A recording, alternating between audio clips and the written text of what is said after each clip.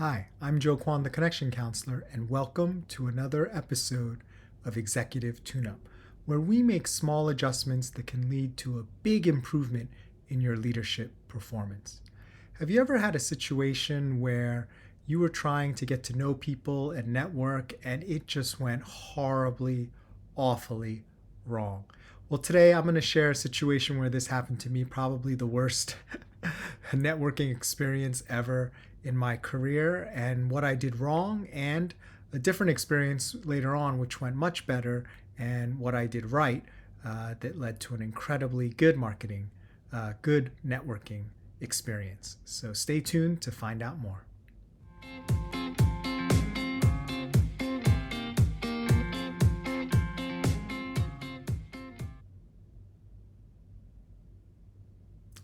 Networking disaster to networking master. So let's start with the bad first.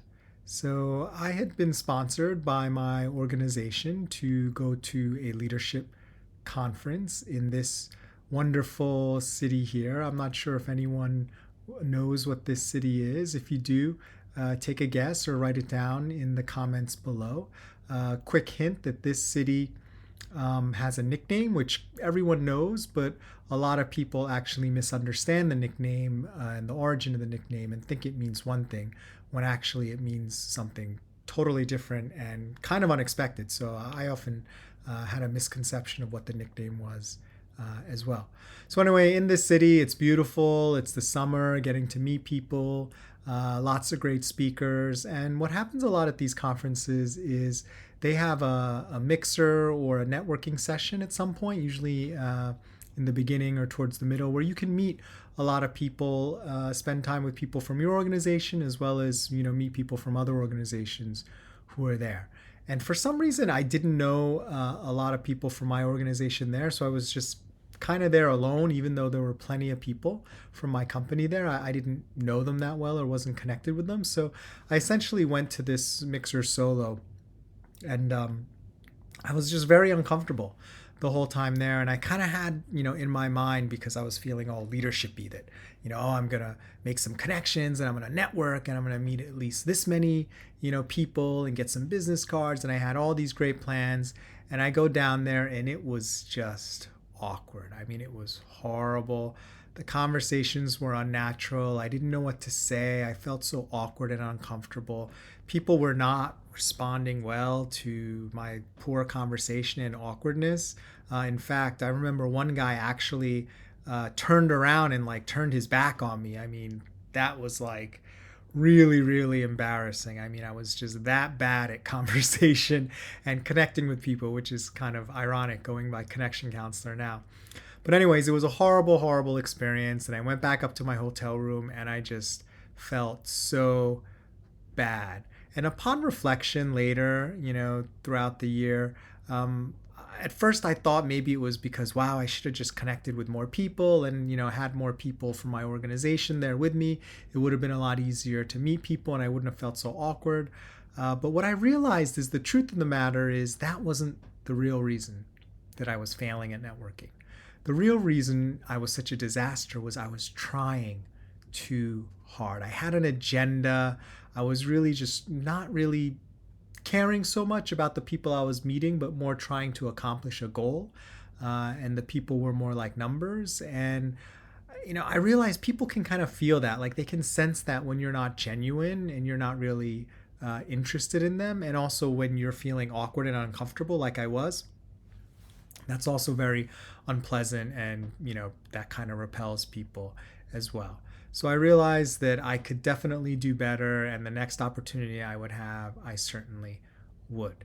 So a future opportunity came during one of our holiday parties where it's this huge holiday party that our company throws, and there's so many people there, and it's so big. You could meet someone, at 8 o'clock and you'll never see them again because there's just so many people at the party.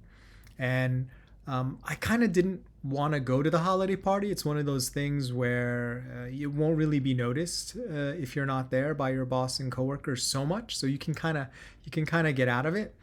But I just started doing, my connection counselor book and seminars, and I realized, okay, you're gonna have to eat your own dog food, Joe. If you can't go to a holiday party and connect with people who are like at your organization, which is like a really friendly, nice organization, then you have no business coaching or mentoring other people to do it. And you've come up with these concepts, which you think are really great. Why don't you apply them to an area where you've actually had a lot of failure in the past? And thinking, flashing back to that previous networking session at the leadership conference. So I decided I'm gonna do it, right, and I geared up and went to the party, and things went much better. And the reason why they went better was actually three of the principles I had been coaching and teaching on. I actually put them to use, and it's one of those things where you almost don't believe they're going to work until you try them out, and then they work and you're like, oh my gosh, this stuff actually works. So what were the three principles? We'll take them one at a time. So the first one was to be vulnerable, right? So as I was there and I sat at a dinner table, and I sat next to, I remember distinctly, a young man and a slightly older woman who worked together. They were in a totally different group. They were in finance. I'm more in the legal compliance group. We don't really cross paths, totally different parts of the organization structurally. And I just, that there wasn't a lot in similar, I thought, between me and them. And so it would have been easy just to excuse myself and go to another table and meet with people that, that I know a little bit better or that I'm more comfortable around. But I decided, you know what? I have to be vulnerable. I have to be able to be uncomfortable and to be able to talk and share about being uncomfortable or things that maybe aren't going so well. So that was kind of the first step, to really stay in there even though I wasn't totally comfortable, and to be a little bit vulnerable around them. So that was the first sort of aspect that seemed to help. And it was really awkward, but awkward in a good way, because I was able to connect with them better, through vulnerability rather than, trying too hard to connect to them. The second thing, and this was really helpful, was to be curious. To be honestly curious about who the person is and what they do, even if on the face of it, initially, it may not seem that interesting to me, because, our interests are kind of different. But to give it a chance and to be genuinely curious, ask questions, sincere questions, and let them talk. And what ended up happening is, as you're being curious, you actually become more and more curious. And people sense that, and they open up more to you, and they tell you more interesting stuff.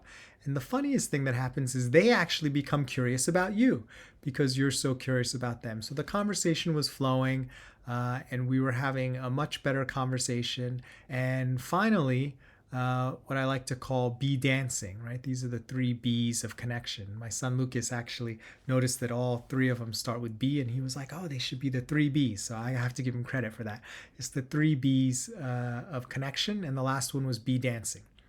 And by that, what that means is, if you ever see ballroom dancers and the way they, glide almost as one unit across the floor so well, although obviously they're two different people, how do they do that?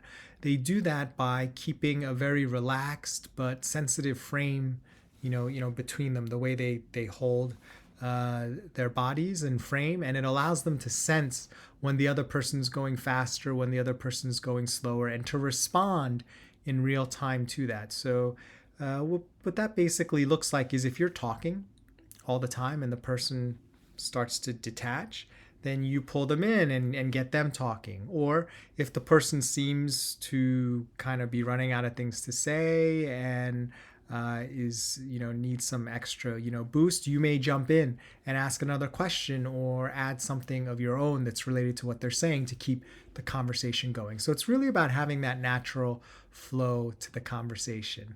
And by the end of the night, I had had so many great conversations with different people at the table, and especially with this young man and this older woman.